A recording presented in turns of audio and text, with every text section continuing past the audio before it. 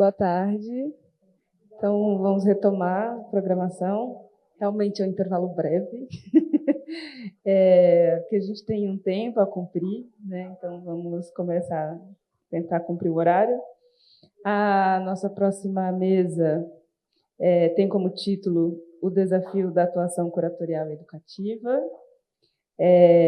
Vou chamar aqui agora, apresentar a nossa mediadora da mesa, e ela fará, então, a apresentação das palestrantes e ter a composição completa dessa mesa. Então, a nossa mediadora é a Ana Paula Lopes. Só um momento. Ana Paula Lopes é brasileira e reside em Santo André. É mestre em História da Arte pela Unifesp, em 2022. É graduada em Arte, História, Crítica e Curadoria pela PUC São Paulo. Trabalhou nas galerias White Cube, Menswood e Jaqueline Martins. Publicou textos na revista Terremoto, no México, e Experiências Negras, publicação digital do Instituto Tomiotaki. Foi produtora de Paisagens Expandidas, exposição individual de Sandra Manzini, no Museu Nacional da República, em Brasília, e coordenou o programa educativo da exposição Mãe Preta, na Funarte, São Paulo. Atualmente, é assistente de curadoria da Pinacoteca do Estado de São Paulo e trabalhou como curadora assistente no Instituto Tomiotaki. Pesquisa o espaço geopolítico na construção da curadoria, com base no geógrafo Milton Santos e na história das exposições na América Latina nas décadas de 1970 e 80. Então, Ana Paula, seja bem-vinda. Convido para subir aqui no palco.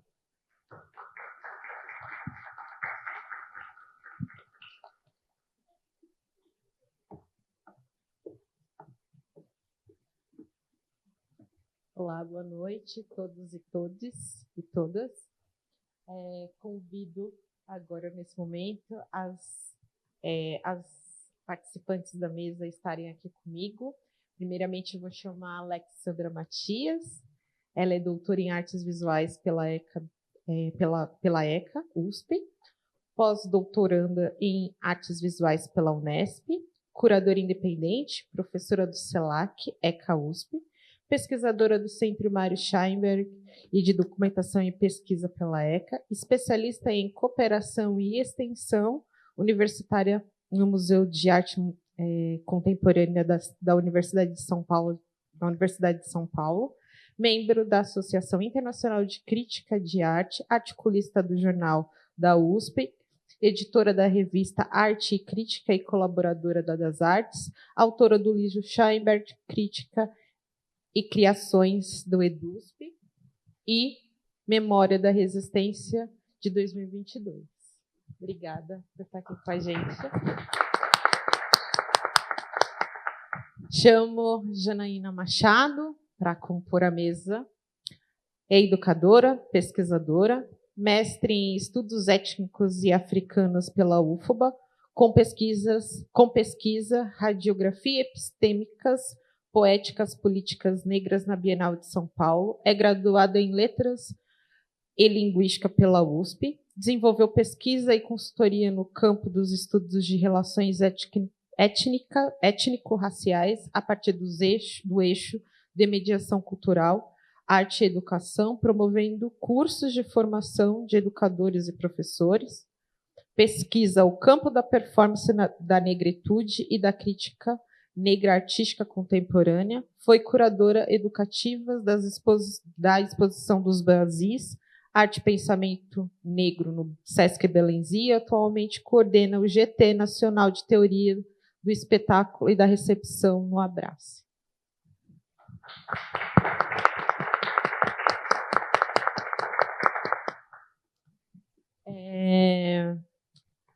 Estou muito feliz de estar aqui com vocês, duas intelectuais importantes do sistema das artes.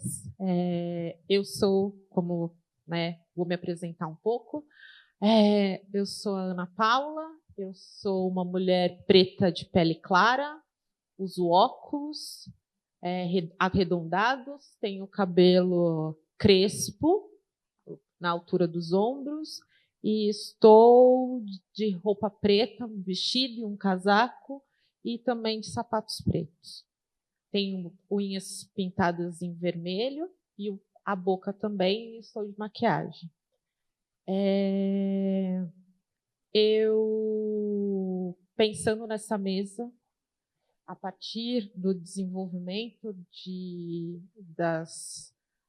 do percurso de vocês, enquanto curadoras, enquanto intelectuais, eu estava pensando no desenvolvimento, né, de como eu poderia acionar isso, né, para o público. Eu parti de alguns pontos. A minha pesquisa é em curadoria. Eu sempre gostei desse campo, é algo que me move desde a graduação. E eu fiquei pensando a partir de 2 pontos: textos, artigos da Alexandra, e também a partir da tese de mestrado da Janaína. E aí me veio à cabeça, por exemplo, 2 curadores e teóricos que eu acho que são importantes a gente colocar também, e que a gente conheça também mais outros teóricos, curadores, que foram importantes na história da arte internacional.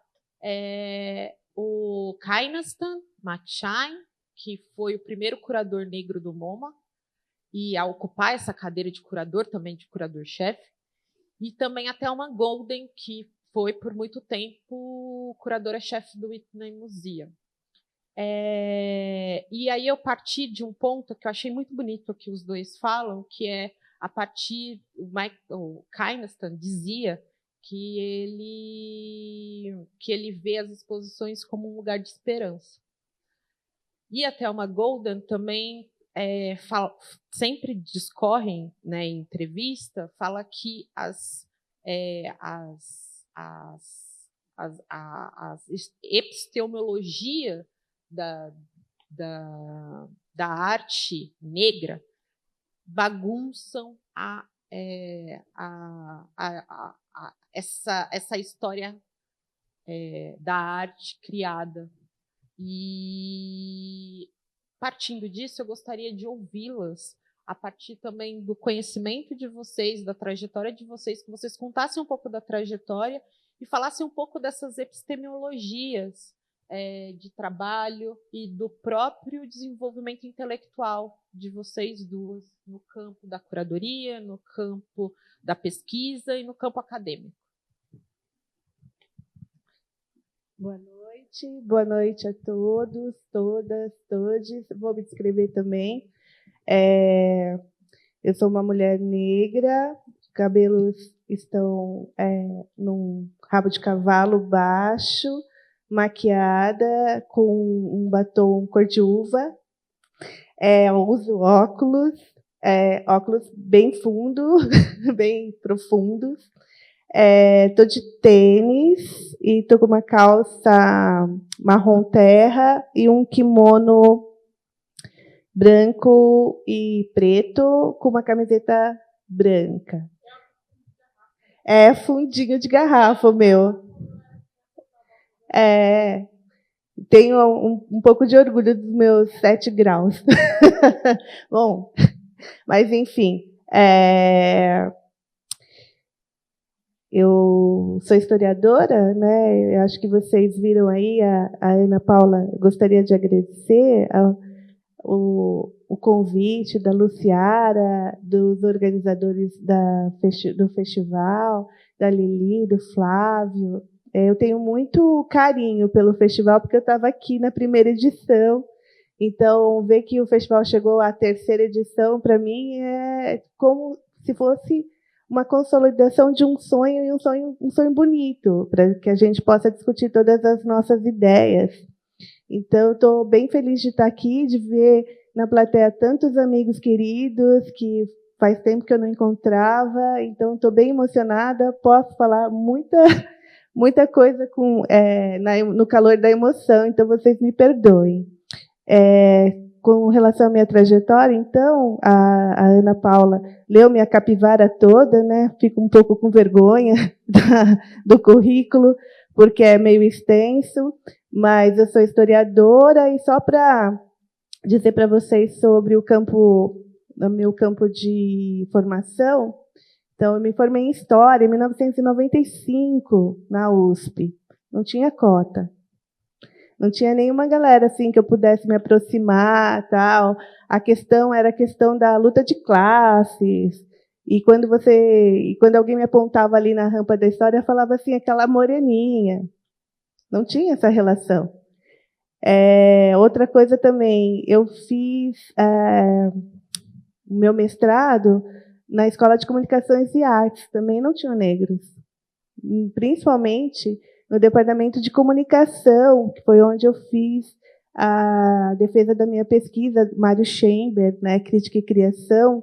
Ele é um físico judeu que estava fora da caixinha, assim como eu, porque ele era um físico que era crítico de arte nos anos 60. Também era político, comunista, marxista e zen budista. Então, ele era uma pessoa bem estranha ali para o campo da universidade, tanto que ele foi aposentado em 1968 na lista negra da USP. E depois eu fiz o doutorado em artes visuais, com o tema Arte e Memória, sobre uma escultora italiana. E aí, como é que é isso, né? Como é que uma pessoa se formou assim, gerou esse campo de atuação? Na minha eu esqueci de dizer, a minha voz é de criança, mas eu tenho 52 anos. Eu tinha 19 anos quando eu entrei na universidade, né? Bastante coisa. E aí, só para dizer que até o meu doutorado eu tinha aquela ilusão de que eu era uma intelectual cientista e que eu não podia falar de coisas que eram muito próximas à minha realidade. Eu precisava escolher um objeto de estudo que fosse um pouco mais afastado, que eu pudesse ter aquela imparcialidade, né, que eu tivesse aquela forma crítica de desenvolver o estudo. Mas a minha banca de doutorado, o professor Kabengele Munanga, ele virou e falou assim: Alessandra, a tese está maravilhosa, você conseguiu defender perfeitamente, mas a sua São Paulo, onde você colocou esse monumento, onde você estudou o que você está ali descrevendo, não tem as memórias negras. Onde estão as memórias negras na sua cidade de São Paulo? Não teve nenhum dano na minha banca de doutorado essa questão, mas teve um forte impacto na minha forma de pensar a pesquisa. Porque eu disse, mas, professor, é um pouco complicado, porque eu sou uma pessoa negra e passo por toda a subjetividade negra, e como é que eu vou estudar essas memórias negras? Ele falou, Alessandra, não existe ninguém melhor e perfeito para fazer isso do que você.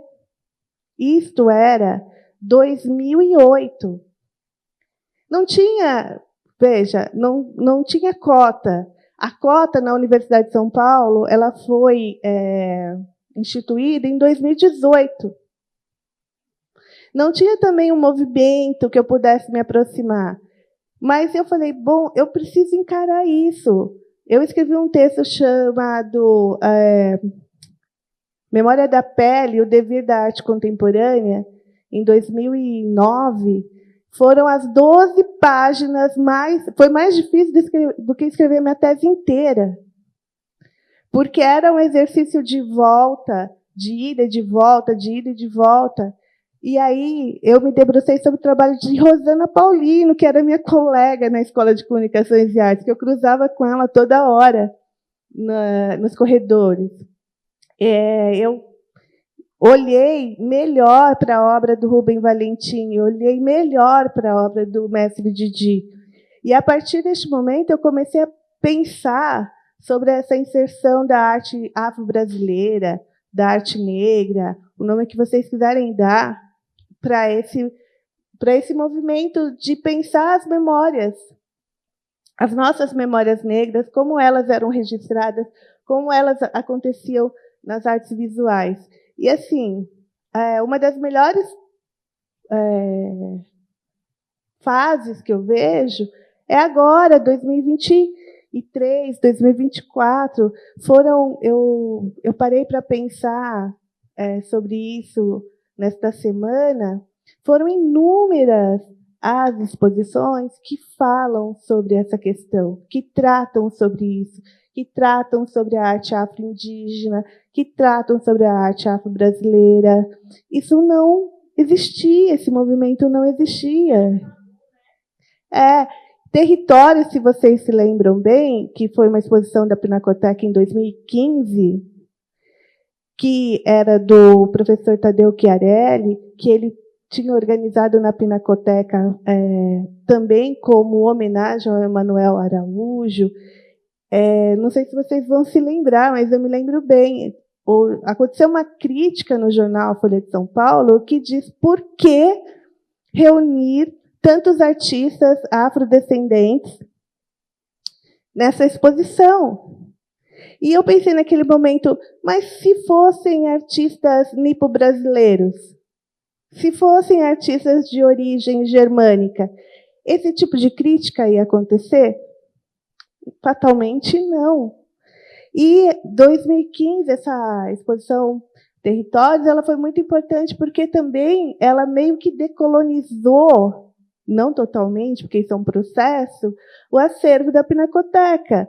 Colocou para fora um Timóteo, os irmãos da Costa, colocou vários artistas do século XIX, exibiram, tirou da reserva técnica. Então, eu acho que das questões que eu vejo e que eu estou sendo testemunha e que eu faço questão de escrever sobre isto, é esse movimento de jovens artistas. No começo, de fato, foram os artistas afrodescendentes e os artistas negros que abriram essa porta. Depois, você citou sobre o acesso restrito, que foi um texto que eu escrevi para o jornal da USP, porque os artistas eles entram nesse sistema da arte, mas você precisa ter a curadoria também afrocentrada para que esses artistas possam ser melhor exibidos, melhor lidos. Por exemplo, nada contra a Bienal, a 34ª Bienal, mas se vocês olharem bem, a 34ª Bienal, ela de fato tinha uma curadoria branca. Os objetos ali estavam meio conjuntados, né? Não tinha essa linguagem tão direta. Muito diferente do que a gente vê, por exemplo, na 35ª já. Mas, ao mesmo tempo, isso ainda não é suficiente, porque dentro do sistema da arte, você tem os artistas, você vai ter os curadores, mas os gestores ainda são brancos. Você vê, então, um movimento de artistas saindo dessa esfera nacional, indo para um circuito da arte internacional, Bienal de Veneza, exposição individual em outros artistas, em outros museus desse circuito internacional. Mas o circuito ainda é branco. Quem é que faz essas demandas? Quem é que diz o que vai ser exibido ou o que não vai ser exibido? É ainda o sistema, e o sistema é branco.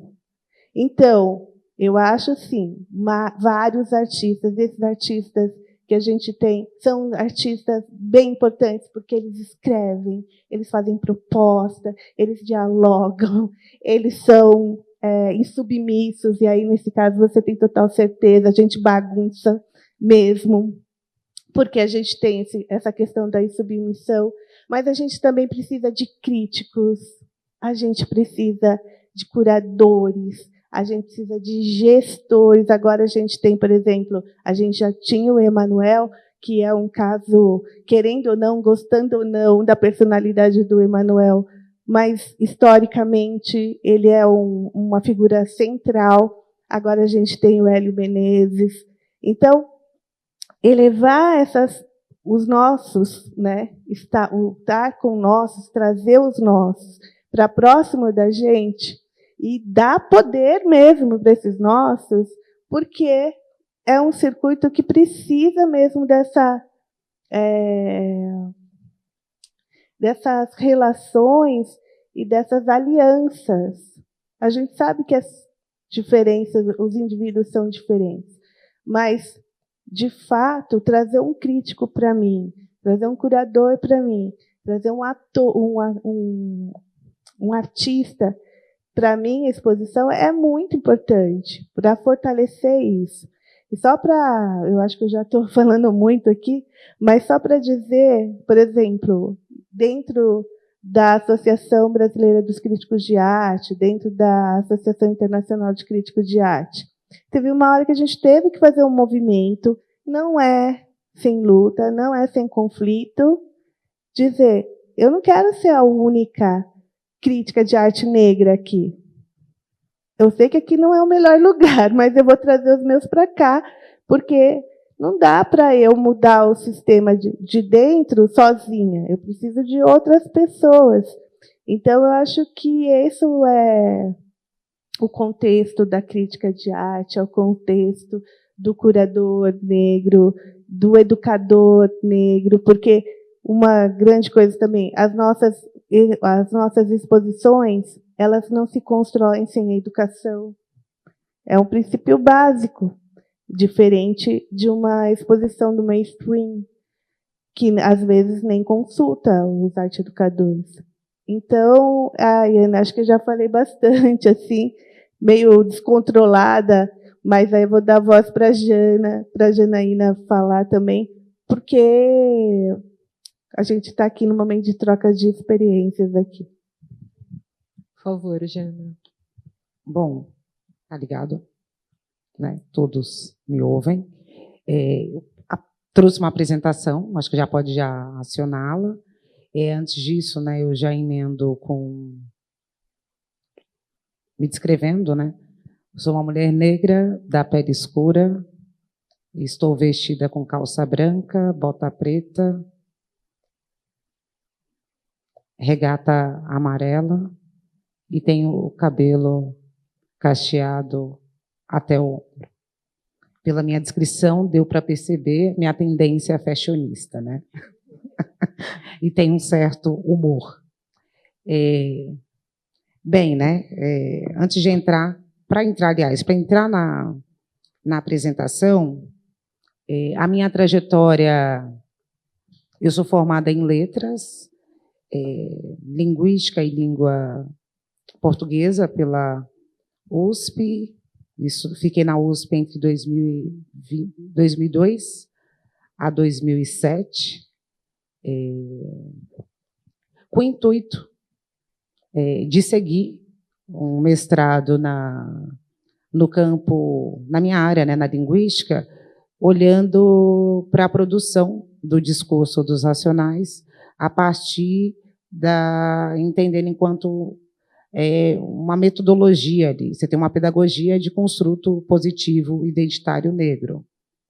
Isso pensando a recepção, né? Então, meu olhar para a recepção é o que vai me motivar a olhar para esse lugar a partir do campo da linguística, especificamente da análise do discurso.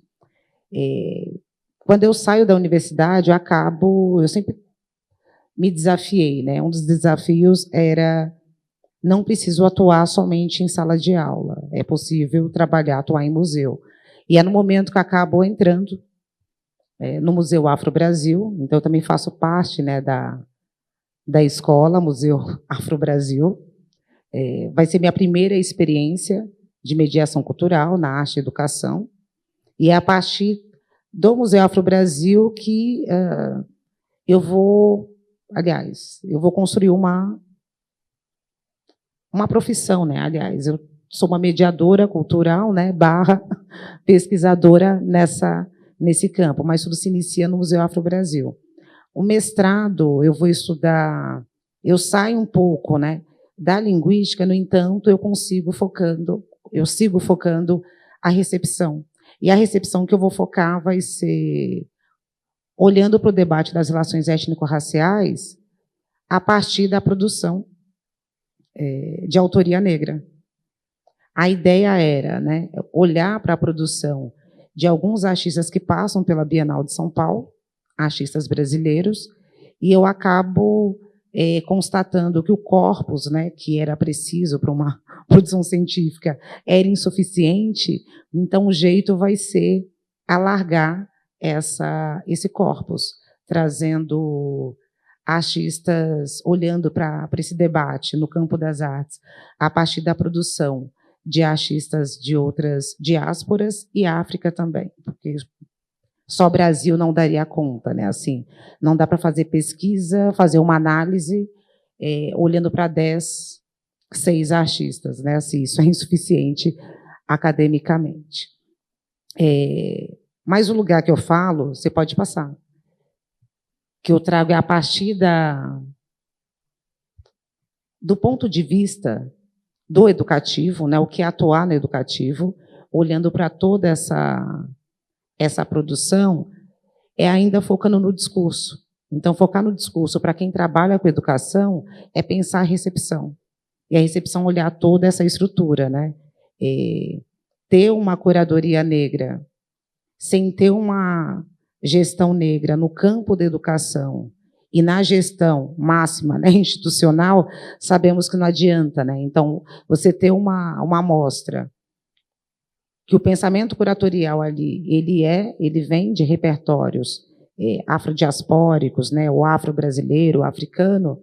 No entanto, você não tem trabalhadores do campo da educação que tenham um suporte epistemológico, né, não domine esteticamente a produção, tanto estética e crítica, para trabalhar para apresentar, né, mediar essa produção. Então, a partir daí, aliás, a partir de várias experiências, olhando essa defasagem, né, para ser mais elegante, né, para olhar esse vazio que é produzido, eu passo a trabalhar sempre com cursos de formação, dentro do contexto da mediação cultural, e acabei desenvolvendo uma metodologia, que são protocolos. É um protocolo simples, mas é um protocolo que eu chamo de protocolo de axé, que são protocolos que são estruturados a partir de princípios, né, dialogando com o princípio de de alguns orixás ali que eu acabo selecionando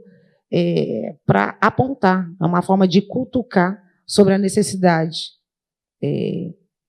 de movimentar tanto esse debate, pensando no debate crítico, quanto estético, né, de estudo dentro desse campo. Então, o primeiro protocolo aqui que eu abro hoje é o protocolo de Nanã, pensando nessa ideia de o princípio que confronta apagamentos e afirmar presenças ancestrais. Pode passar?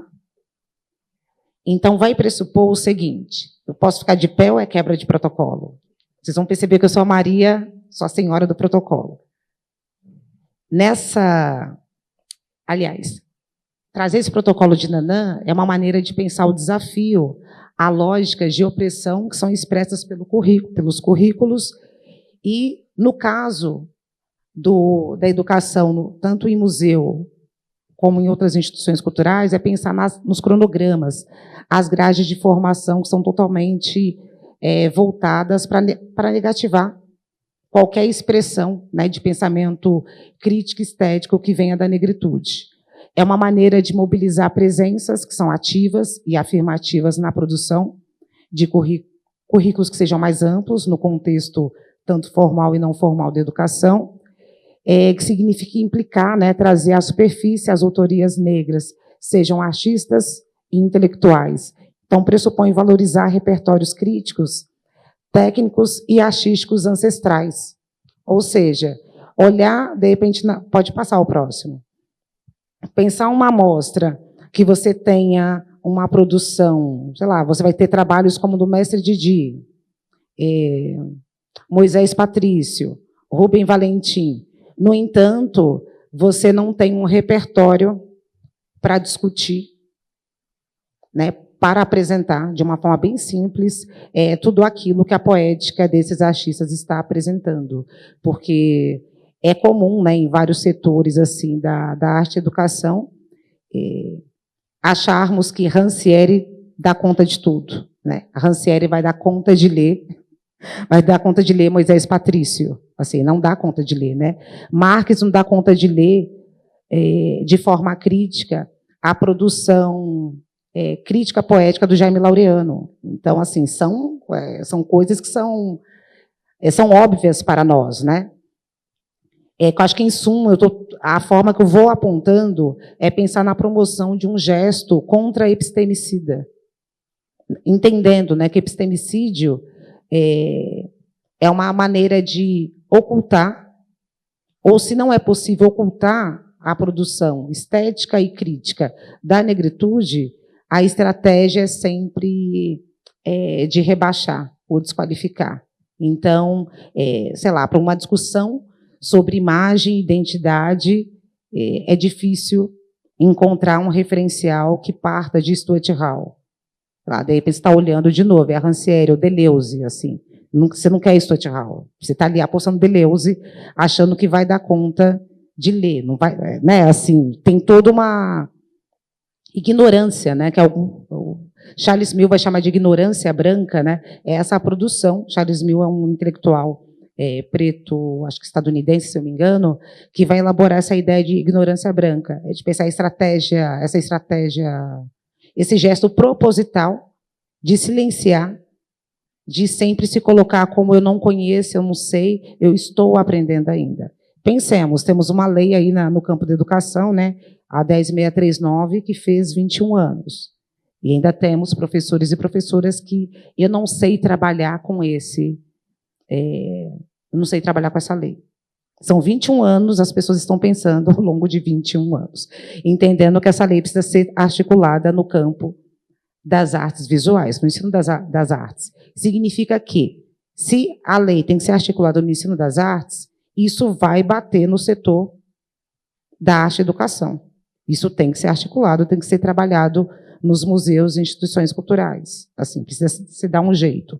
Então, pensar nisso, né? O gesto contra epistemicida me deparo com um elenco de artistas que tragam essa poética. O mestre Didi, Emanuel Araújo. Se eu estou olhando para Emanuel Araújo, não dá para eu ficar produzindo um discurso de uma crítica de arte branca, né, viciada em trazer só o viés concretista. Eu preciso avançar, né? Avançar não é negar. Ele estava ali produzindo, você vai ter essa vertente também.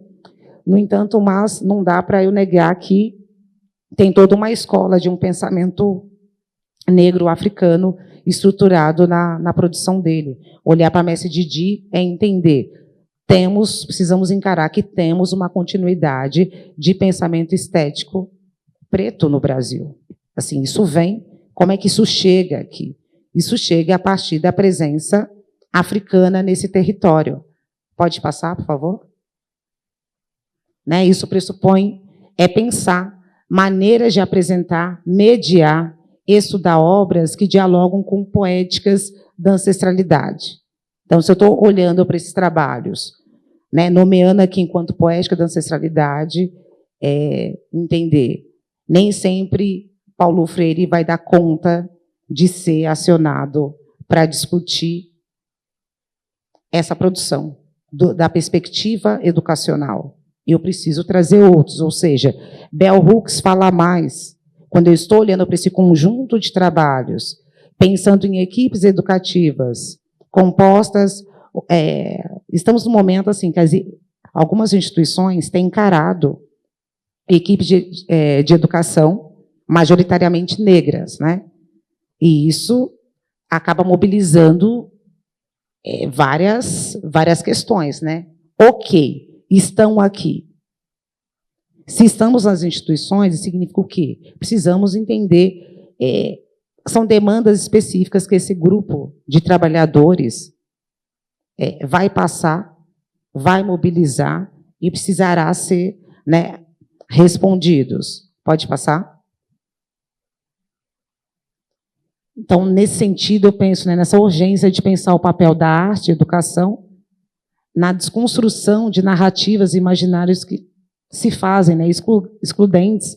Então, requer pensar numa efetivação de práticas que balancem, alterem os regimes de verdade e de visibilidade, que se pretende únicos e hegemônicos.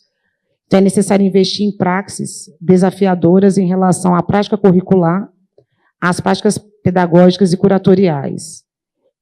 Tudo isso é uma maneira de pensar, é combate ao racismo, né? Então, combater o racismo em suas diferentes modalidades é considerar o campo epistemológico como um dos principais campos de atuação para a efetivação de praxes emancipatórias. Então, pensar, tá, eu estou numa amostra que tem 50 artistas, 30 artistas são pretos.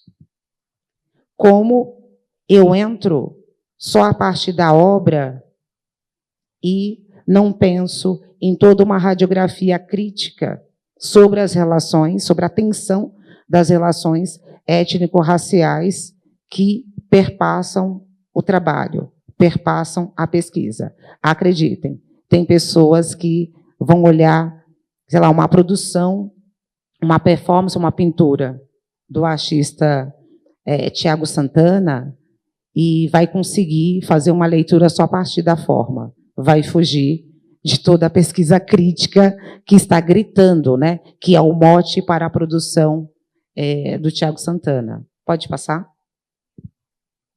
Então, acho que pensar a necessidade, né, de produzir um gesto contra-epistemicida é o fazer, né, é pensar teoria e prática, entender enquanto categoria íntegra, né, compacto, né, teoria e prática.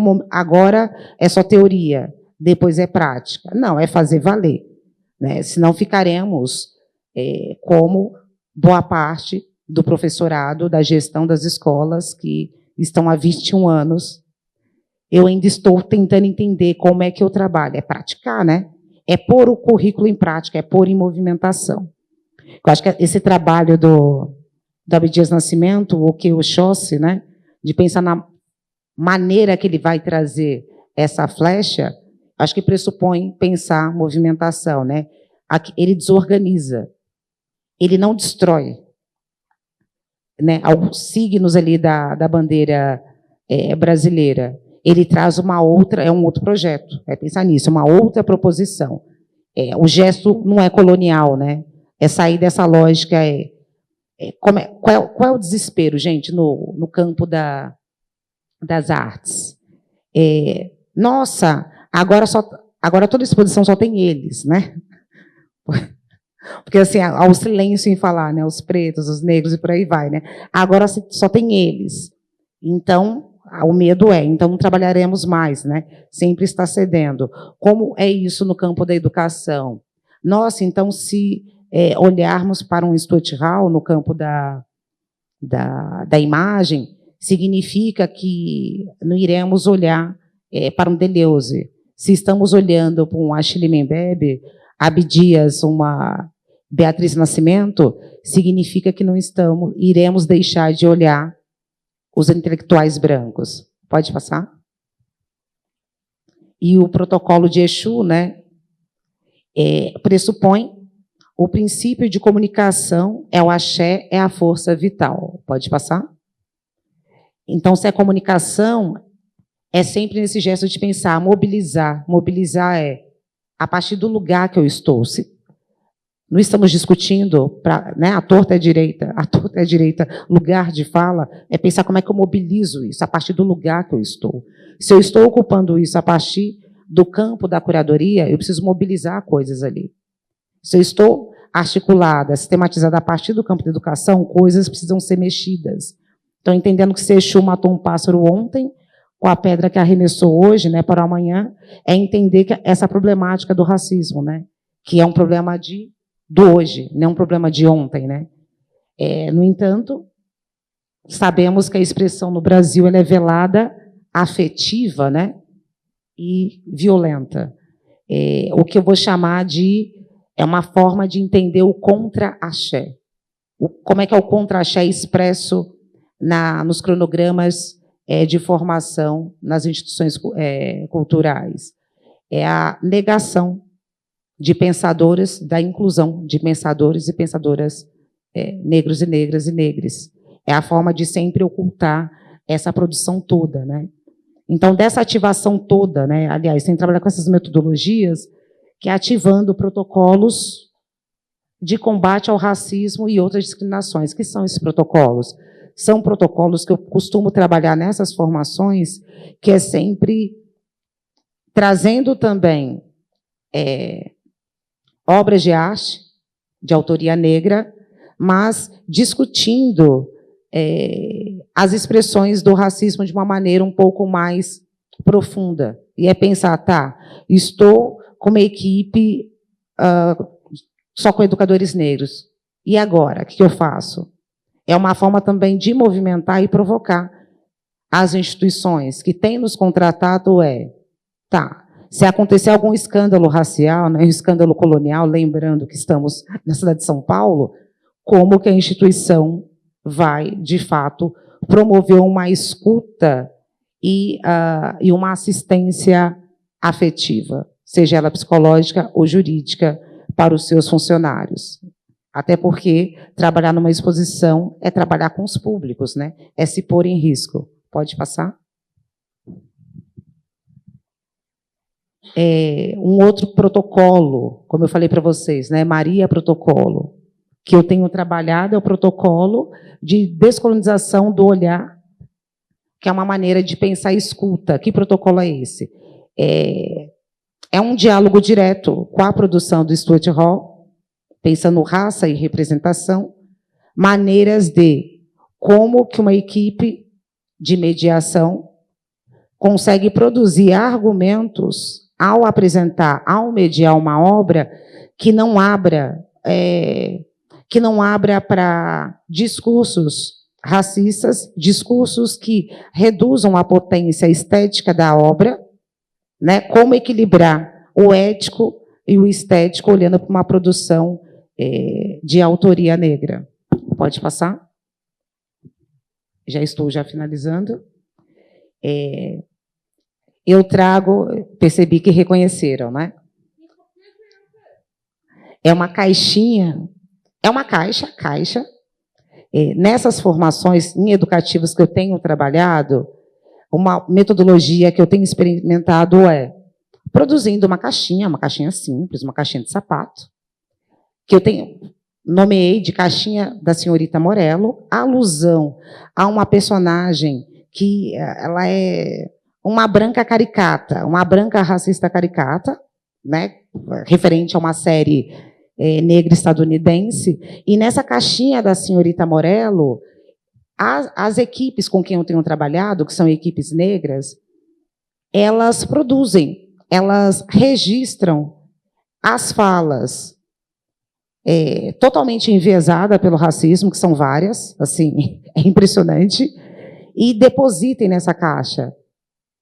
De uma forma semanal, nós discutimos e conseguimos relaxar, olhando e discutindo tudo aquilo que vem. Pode falar? Não, a caixinha é inspirada numa personagem de uma série, na série Todo Mundo Odeia o Chris. E essa caixinha, assim, ela tem surtido um efeito interessante, que você principalmente pensa em equipes compostas por pessoas muito jovens, assim, entre 20 a 26 anos, a ficarem um pouco mais relaxados, quer entender, tá, eu estou numa situação de exposição total, né? Sou uma pessoa negra numa cidade racista, em espaços, né, que não se acostumaram com a dimensão da nossa dimensão física. O que nós precisamos fazer assim é entender atravessamentos, ataques, violência racial vai vir, mas de que maneira algumas dessas violências conseguimos ainda argumentar, responder a partir de uma perspectiva pedagógica, né, um pouco mais equilibrada, e de que maneira tudo aquilo que é gerado a partir dessa escuta possa nos fortalecer. Nos fortalecer porque já conseguimos já entender como é muito... É figura carimbada, gente, assim. O racismo é de uma vulgaridade, né? O comportamento das pessoas são comportamentos vulgares. Assim, quem conheceu um, conhece todos. Fanon não vai dizer isso, a partir dentro de outro repertório, quer entender. De repente ele se descobre. Não é um vizinho meu, branco, que me odeia. É toda uma população. Então, assim, quando conseguimos entender isso, ficamos um pouco mais calmos. Não, será? Pode passar o próximo. E eu já finalizo. Então, o desafio, né, pensar, esses são, dentre vários desafios, é pensar como é que a gente lida com esse ódio, com esses ódios todos, né, e como trabalhar com as poéticas da negritude em articulação com as problemáticas das relações étnico-raciais. Porque pensar a problemática de que maneira... como assim, Janaína? Então, a pessoa está olhando uma escultura do mestre Didi, que é a poética, a discussão, não tem nenhuma relação com o fenômeno do racismo, com o problema político do racismo, mas é entender quem está mediando. Ou só de se entender que aquela autoria é negra, coisas são mobilizadas. Então, um pouco do que eu queria conversar, apresentar para vocês é isso, que eu acho que abre um pouco do diálogo, né? E finalizando com Abdias, último.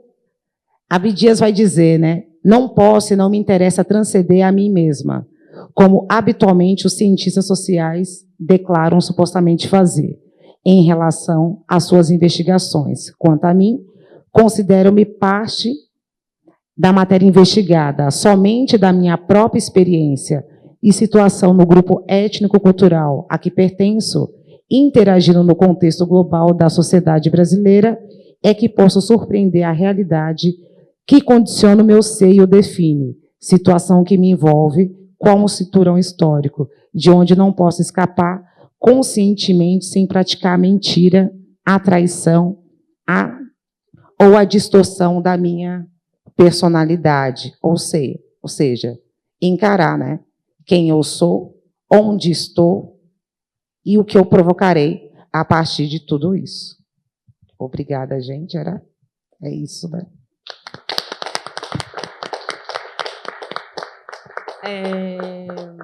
Ouvindo vocês e trazendo um pouco, né, e só trazendo um pouco para mim, assim, que eu acho que é muito bonito ouvi-los, um pouco que a Alexandra trouxe, né, falando de né, desse período na USP, né, e dessa questão de ainda, né, de um momento ainda sem cotas, né, e tá resistindo nesse lugar, né. Eu fico pensando também o meu lugar enquanto uma aluna puciana que foi fazer crítica e curadoria na PUC. E enquanto eu era acho que tinham 2 alunos contando comigo, e naquela situação onde tem esse lugar, né, porque a curadoria, né, seja a curadoria educativa ou a curadoria das exposições, ela tem esse lugar elitizado, né? Tem esse lugar que se almeja muito, né? Que essas pessoas querem estar, às vezes, mais tem esse lugar de status, né? E eu era a única dentro desse lugar e sempre me sentia nesse lugar um pouco, o que eu estou fazendo deslocada, né? O que eu estou fazendo aqui? E eu acho que também isso perpassa também pelo próprio caminho que eu fiz, e aí eu trago também porque estar trabalhando em galerias, que é um outro mundo, um outro universo, e estar e marcar de algum modo essa presença, mas resistindo a esses lugares, né? Porque o mercado né, tudo é violento, né? As coisas chegam muito violenta para nós. E esse mercado das artes é assim, né? É descaradamente, né? E ele, só para complementar, e uma coisa também que a Jana colocou, o mercado ele é extremamente complacente. Então, se a arte afro-indígena hoje está circulando, ele está assimilando, ele está mudando o discurso, ele está sendo, de fato, complacente com essa produção, porque a pauta identitária, qualquer coisa que se ligue, agrega valor ao produto. Fiquem ligados. E, ao mesmo tempo, você tem uma crítica de arte branca tradicional que diz, então, esses artistas eles estão desprivilegiando ou tirando o lugar dos artistas brancos, tradicionais, e aí acabou a arte. Nossa, a arte está destruída. Não tem mais, a estética está no caos. Como você disse, Janaína, a gente vai largar Deleuze e só vai... Não é isto. E assim, cadê a moça saiu? Não é ódio aos brancos, a gente só quer equidade. É só uma questão de ser igual, de ter os mesmos privilégios e de ter a mesma caminhada. É essa que é a questão aqui, entendeu? A corrida é diferente. A minha corrida é diferente, a corrida da Janaína é diferente, a corrida da Ana é diferente, mas as nossas 3 corridas são muito mais diferentes de uma curadora branca, de uma jornalista branca, de uma educadora branca. É só o ponto onde você começou a correr é diferente. É isso, é uma questão de equidade, não é uma questão de ódio, não é questão de amor, não é questão de não estar nesse plano.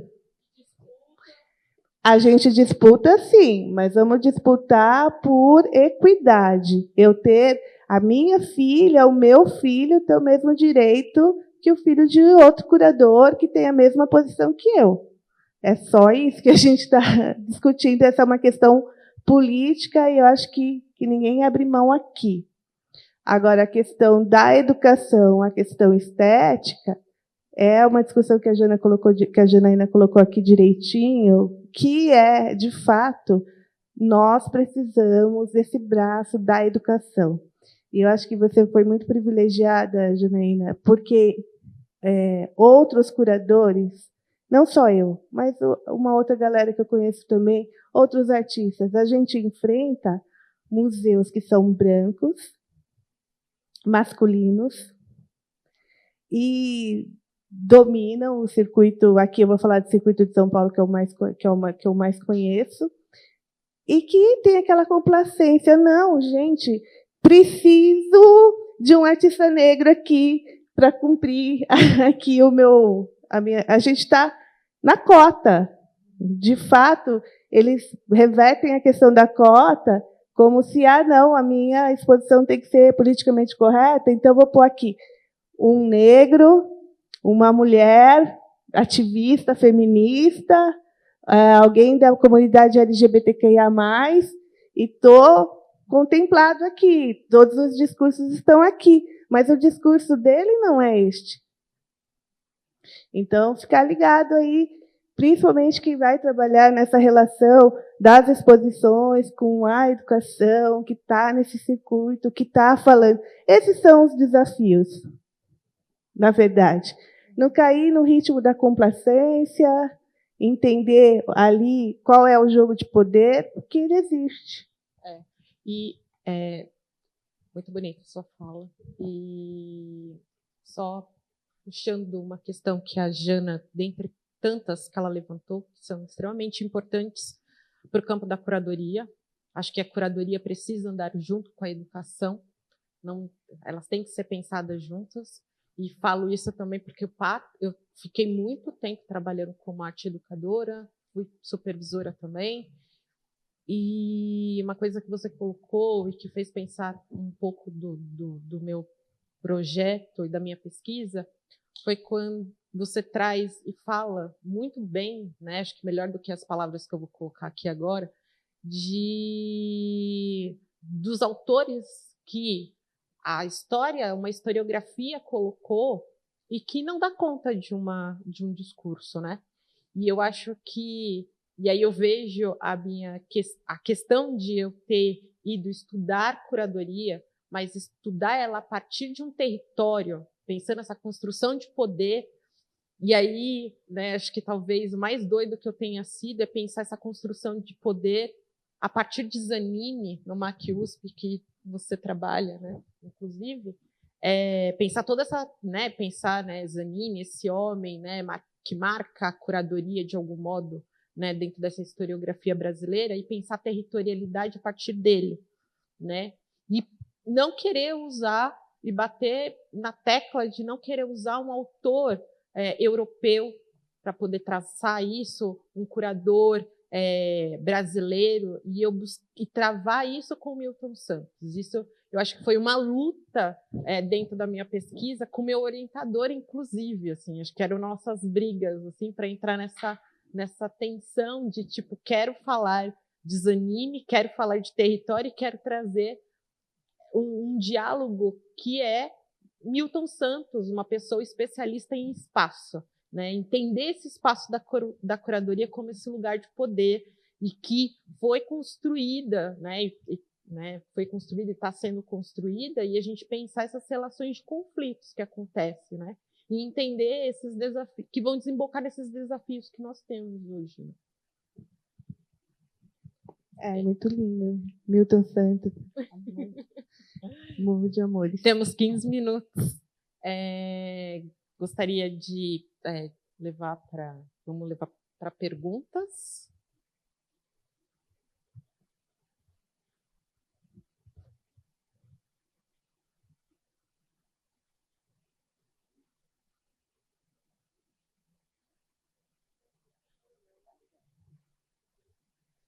Boa noite a todas e todos. A mesa, que eu acho que foi um presente, está ouvindo, eu que venho, talvez, né, de tão longe do interior do estado, pertinho de Minas Gerais, e vocês me trouxeram algumas inquietações. Acabei de defender meu doutorado, e sou negro, estava numa universidade que a maioria é branco, mas fui aluno bolsista. E na outra ponta existe um professor que atua na educação básica. E o que me inquieta hoje é que o ensino de arte, lá eu não tenho tantas galerias para visitar. É através só de internet que os meus alunos conhecem vários trabalhos do qual foi citado. E o assunto, a hora que a Alessandra me traz, que tem a questão do artista, do curador e do gestor, e a Janaína me traz a responsabilidade dessa legislação para que se fale de negros, negras, pretos e pretas. Eu tenho 1 hora aula no 8º ano para dar conta de tudo isso. Então, bem dizer, eu entro, faço a chamada, aguço, e aí eu fico pensando, né? Queria levar para vocês pensarem junto comigo a minha inquietação. Os meus gestores da Secretaria de Educação são homens brancos, privilegiados. Será que eles querem pensar, quem está lá do outro lado, que a Jana termina, que para mim eu acho que é o que está me inquietando também. Quem sou, onde estou e o que provocarei. E, de contrapartida, no ensino médio tem uma disciplina nos itinerários formativos que diz que eu tenho que falar de oratória. E essa semana apareceu uma imagem linda, Vidas Negras Importas, um discurso do Martin Luther King, e eu questionei a eles, quantos professores negros vocês tiveram ao longo de suas vidas? A sala se calou. E mais ainda, quantas pessoas aqui presentes tiveram professores, homens na educação infantil?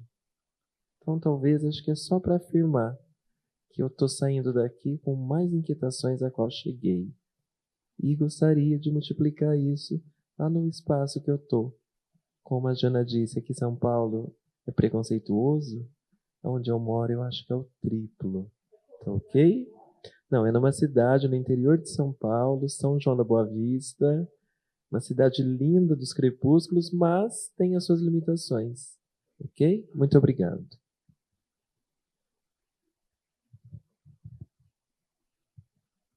Mais alguma pergunta? Ali.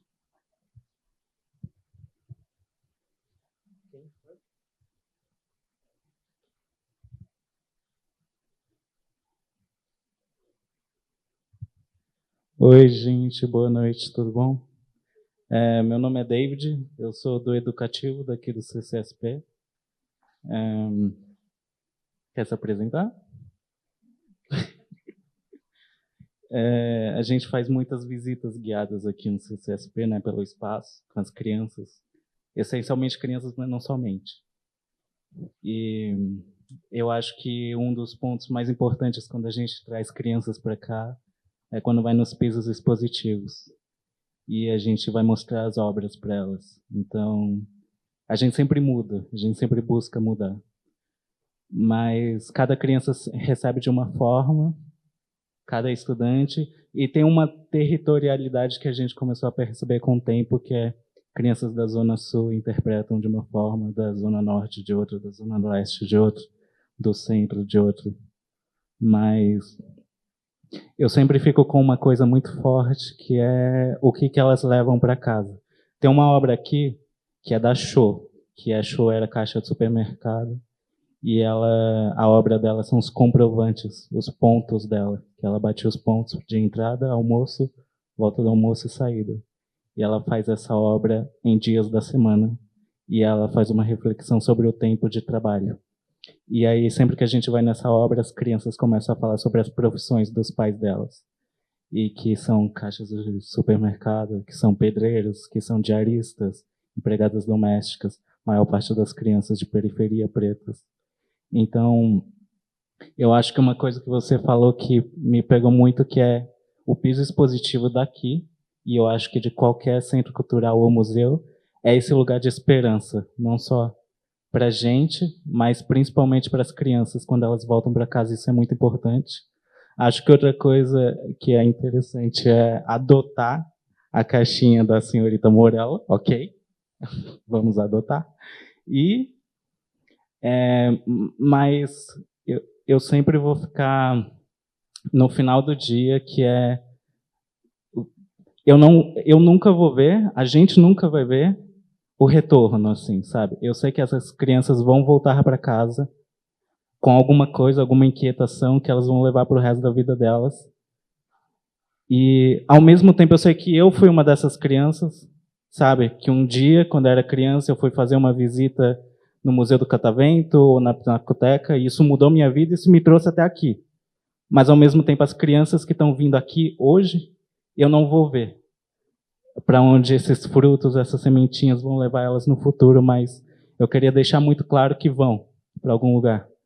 Que a gente ajuda essa geração que está vindo agora a chegar a algum lugar, assim como vocês chegaram, assim como eu estou chegando, assim como outras crianças que estão vindo agora vão chegar.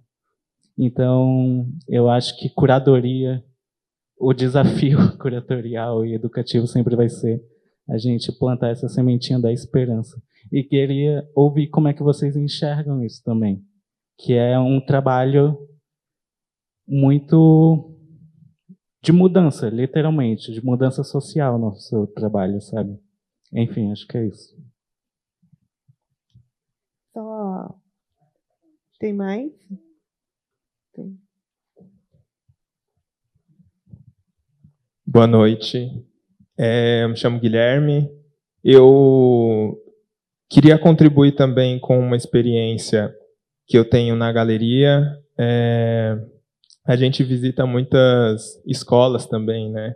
E recebe, claro, muitas pessoas. E a gente percebeu que uma lógica que o mercado já funciona muito é a partir de uma lógica onde o protagonismo da relação entre pessoa e obra está na obra. E a gente meio que muda esse protagonismo nessa relação, trazendo para quem é o espectador ou a espectadora, né? E com isso a gente conseguiu atingir a subjetividade das pessoas e mostrando que naquela obra também tem parte da história dela. E isso a gente faz nas escolas também. que eu acho que pode ser uma contribuição para o amigo, assim, talvez trazer uma questão mais subjetiva, mas a minha pergunta é, dentro de museus, existe, principalmente da parte educativa, existe a questão de passar, justamente, de contar a história que está sendo construída ali na exposição, de forma mais informativa e tal. E como que vocês conseguem atingir esses visitantes através do educativo nessa parte mais subjetiva, fazendo com que eles se sintam parte daquilo e não que eles tenham que, mais uma vez, só receber aquilo e, tipo, eu que lide aqui com as minhas questões depois, sabe?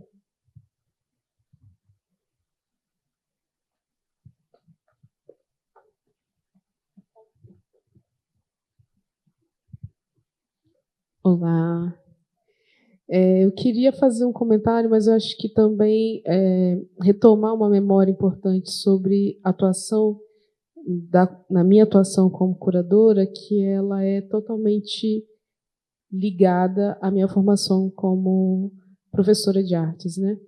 Eu acho que tudo aquilo que eu produzo hoje enquanto curadora se dá porque sou educadora. E aí também me vem uma memória de como esse processo da curadoria, especialmente de um lugar que é muito, muito visibilizado, que é o momento da elaboração das exposições, dos textos, e como a escrita, né, esse lugar de construção de poder, de memória e de salvaguarda, durante muito tempo me foi um lugar assim de um certo assombro, né? Escrever, colocar suas ideias no papel, ter a sua escrita muitas vezes questionada, né? A origem daquela informação que você está ali pesquisando, se dedicando. E aí eu retomo um pouco dessa experiência da educação, porque aprendi a escrever, e aí quando eu me lembro do meu processo de alfabetização, eu me lembro sempre me lembro dela, da minha professora que me alfabetizou, Dona Ilma, que ela me mostrava que a palavra ela também é gesto, ela é desenho. E a palavra diz, mas a palavra também desenha, e ela constrói significados porque ela também é uma marca, uma memória, ela também é uma maneira de se construir sentido que pode não ser plenamente acessado, mas que também é uma entrega, é uma maneira como a gente se coloca no mundo. Então, demorou um tempo para que eu me visse segura escrevendo enquanto curadora, porque também demorei a ter essa segurança, porque enquanto eu era vista só como educadora, tudo aquilo que eu falava não era visibilizado como é visibilizado hoje. Então, eu escrevo as mesmas coisas que eu pensava e elaborava como educadora, hoje no campo da curadoria. E aí eu queria, eventualmente, saber como foi, ou como tem sido para vocês, essa experiência da produção mesmo, né? Quais são os lugares mais quentes, mais ásperos? É a escrita, é a elaboração de pesquisa? Porque às vezes eu fico também olhando assim, nossa, são tantas mulheres incríveis que a gente conhece, que trabalha, e assim as coisas, de repente, do campo prático, que a gente acaba se encontrando, se acalentando, vez ou outra, acaba passando. Então, assim, digo de primeira, escrever sempre foi uma espécie de trauma em superação. Hoje em dia eu me sinto mais tranquila e confiante com o que eu faço.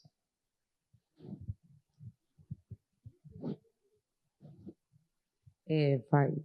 Enquanto está chegando ali, só para a gente não perder o fio da meada, posso comentar uns comentários aqui?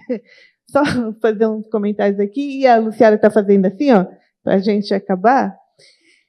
Então, sobre o professor que deu um relato, de fato, o pessoal que atua ali no campo de batalha da educação, que está com o pessoal, nem sei se fala mais isso, porque eu sou velha, tá, gente? O ensino fundamental, o ensino médio, fala isso ainda, né? Porque muda tanto, mas esse pessoal que está no campo de batalha é a ponta mesmo, e é difícil. Eu sei que tem 1 hora, as crianças levam, tem a sua bagagem também, Outro dia eu participei de uma formação para professores, e a formadora jogou uma piadinha assim. Uma piada não, foi uma isca. Então, se existe... Para que tem o Dia da Consciência Negra se todos nós somos humanos? Todo mundo já viu esse argumento.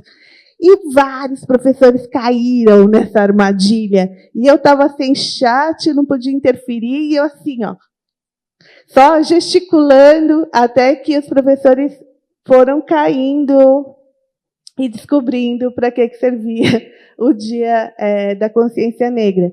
Mas essas armadilhas estão no dia a dia, e estão muito mais no dia a dia de vocês, porque esses argumentos vêm dessa experiência de vocês, né? Uma coisa é a gente que está nessa bolha universitária, nessa bolha acadêmica, outra coisa é eu ir para o postinho de saúde da minha casa, lá em Guarulhos, e ver qual é a realidade de lá. Lá é anos 70, não é 2024. Entendeu? A gente, de fato, vive numa bolha, e vocês precisam furar a bolha. E só com 1 hora que vocês têm. 45 minutos. O pessoal da arte e educação, da educação aqui, né, do Centro Cultural, também, vocês têm... porque quando eles vêm, eles já estão saindo no meio da bolinha deles. Eles estão entrando num lugar diferentão, assim. Aí a hora que vocês vocês vão causar um impacto, sempre vão. Pensem nisso, você sabe disso. Você vai criar uma experiência, você vai criar uma memória que talvez não se apague. Então, está envolvido no movimento mesmo, né? E você falou uma coisa ótima, maravilhosa. De fato, por que tem tanta produção, tanto apelo, tanta vontade, tanta exposição lotada? Eu fui no Defeito de Cor, a exposição do Defeito de Cor, quase que eu não vi a exposição, que estava lotada, a rua cheiona, assim. Eu falei, meu Deus, foi para o lugar errado, entendeu? Porque eu achei que era uma exposição, e de fato era, mas estava muita gente. Por quê? As pessoas se reconhecem nessa produção. As pautas identitárias, a produção que tem as pautas identitárias, as pessoas se reconhecem, elas querem se ver lá. Então, isso o mercado vai ter que lidar. Ele vai ter que lidar com as pessoas periféricas que estão entrando nos museus, que querem se ver lá. Tem que lidar com os subalternizados, que agora falam assim, não, eu vou lá, eu quero ver. E que sai reclamando quando só vê o pessoal loirinho, só vê Então, isso daí, o mercado vai ter que lidar com isso, e talvez esse seja o grande diferencial dessas pautas. E os críticos têm que lidar com isso. E, só para fechar, que o Luciano está me matando, eu também morria de medo de escrever, demais, era uma dor de barriga sempre, mas hoje é a coisa que eu mais faço e mais me sinto livre. E toda vez que eu escrevo no Jornal da USP, que é o lugar que o pessoal fala assim, pode escrever sobre o que você quiser, eu escrevo sobre as coisas que, de fato, eu quero. Então, meto o pau no Portinari, falo sobre as questões africanas que estão lá em Portinari, falo sobre as questões que estão em de Cavalcante, falo sobre os modernistas. Tem gente que não gosta, mas está tudo baseado nas minhas pesquisas. Então, é o lugar onde eu me sinto livre. Eu acho que vale a pena passar o medo. Rápido, acabei, pronto. Agora já. Eu fiquei pensando em relação à educação, né? O que vocês apontaram, pensando, 45 minutos de aula, né? Hora aula ali. E uma visita mediada, visita guiada, ela tem, a depender da instituição, entre 50 minutos a 1h30, mais ou menos. No contexto da mediação cultural, principalmente em momentos de formativa, né, de formações continuadas, articula-se muito um discurso, que às vezes eu brinco, né, de pensar um discurso meio chique, de pensar assim, todos ficaremos em roda, vamos fazer um círculo, e o círculo é explicado de uma maneira para que todos possam se ver, né? Meio que é uma maneira de falar sobre hierarquia, sem usar a palavra hierarquia, que eu acho que precisamos nomear as coisas, né? Tudo tem que ser nomeado, problemas e os não problemas. Ok, pensando da perspectiva de um pensamento preto, de uma articulação de pensamento preto, fazer isso tornar concreto. Por que não? Ao invés de sair um pouco desse blá blá blá burguês, meio chatinho, da roda, todo mundo se vê, essa coisa toda, por que eu não trago uma dinâmica a partir de pensar a circularidade, que é um valor civilizatório? Mas eu não falar de circularidade solta, é falar mesmo, preciso falar. Circularidade, isso é valor civilizatório preto, negro africano. Porque adentrar, eu sou da área de linguística, né, de formação. Se eu estou ali nos meus primeiros anos do curso de letras, começo a aprender, porque a gente estuda a língua enquanto sistema, começo a aprender várias correntes linguísticas. Eu não aprendi isso no meu período de USP. Você conseguir entender que Dona Lélia Gonzalez vai estudar, vai ter uma contribuição intelectual olhando para a linguagem, isso é diferente. O que eu estou querendo dizer com isso? Jana, de que maneira eu trabalho com esse repertório? Por que não trazer toda a criação estética de pensamento, ao invés de colocar uma meninada para fazer movimentos de capoeira e ficar associado a todo momento só um corpo sem conhecimento, por que não ativar, de pensar que a capoeira, você tem todo um movimento ali, formas de se pensar a atenção, e aquilo é uma potência de uma intelectualidade, de pensar concentração, é apontar onde está o exercício de pensamento naquele repertório preto brasileiro ou preto afrodiaspórico. Então, se eu tenho 55 minutos, voltando ao campo da linguagem, você ter conhecimento, Lélia Gonzalez, eu entender Lélia Gonzalez, eu investigar a língua também. Isso significa o quê? Que existiu no Brasil uma intelectual preta que vai se debruçar a olhar como se dá a prática da linguagem. Isso significa que, nos cursos de letras, no nosso país, no Brasil, Lélia Gonzalez, como é que ela entra no curso de letras? É a gente parar de ficar pegando uma coisa, né? Sabe esse deslocamento meio branco, que é um deslocamento esquisito, né? Que é essa coisa de colocar tudo meio fora, em lugares que não combinam. Lélia Gonzalez, para mim, entra na letras, no curso de letras, a partir da sua contribuição ao pensamento intelectual sobre a linguagem. Se ela está discutindo, ela vai discutir linguagem ali, não é aquela linguagem, não é a linguagem negra. Isso é discutir a língua brasileira, como vários linguistas têm defendido. Isso é discutir o português brasileiro, a partir de um viés, como que ela está cruzando a categoria raça. Então, acho que isso em qualquer campo do saber, em qualquer canto do saber e sou das ciências sociais, eu preciso começar a trabalhar com Guerreiro Ramos, ou qualquer outro sociólogo e socióloga, entendendo essas presenças enquanto presença que contribui para um pensamento cultural de um país. Isso é tirar da caixa, gente. Não é trazer isso de forma pontual, é falar, isso existe dentro de uma dinâmica que ela é geral, não é apartado. É isso, né, que o tempo está estourado. Vou encerrar, infelizmente. Muito rápido.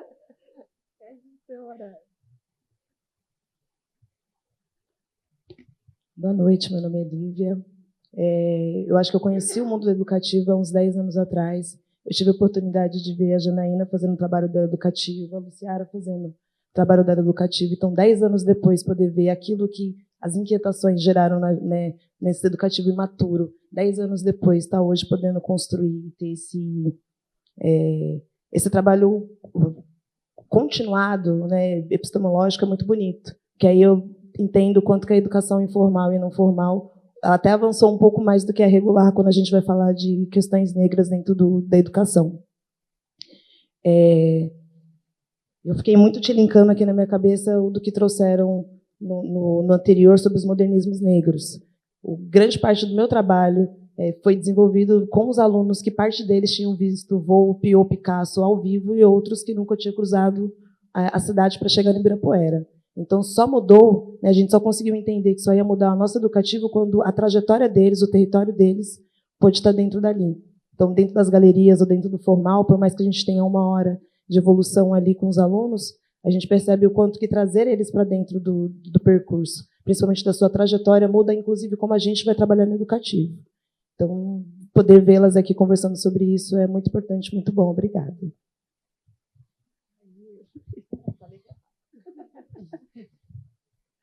Se quiserem fazer o fechamento rapidamente. Vou fazer o fechamento rapidamente. Obrigada, Alexandra, por estar aqui com a gente. Obrigada, Janaína, por compor essa mesa também e vocês trazerem tantas questões importantes para o campo da curadoria educativa.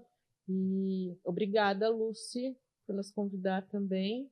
Obrigada a todos do festival também, por estar com a gente, por nos convidar e poder fazer uma contribuição. Então, obrigada a todos e todas.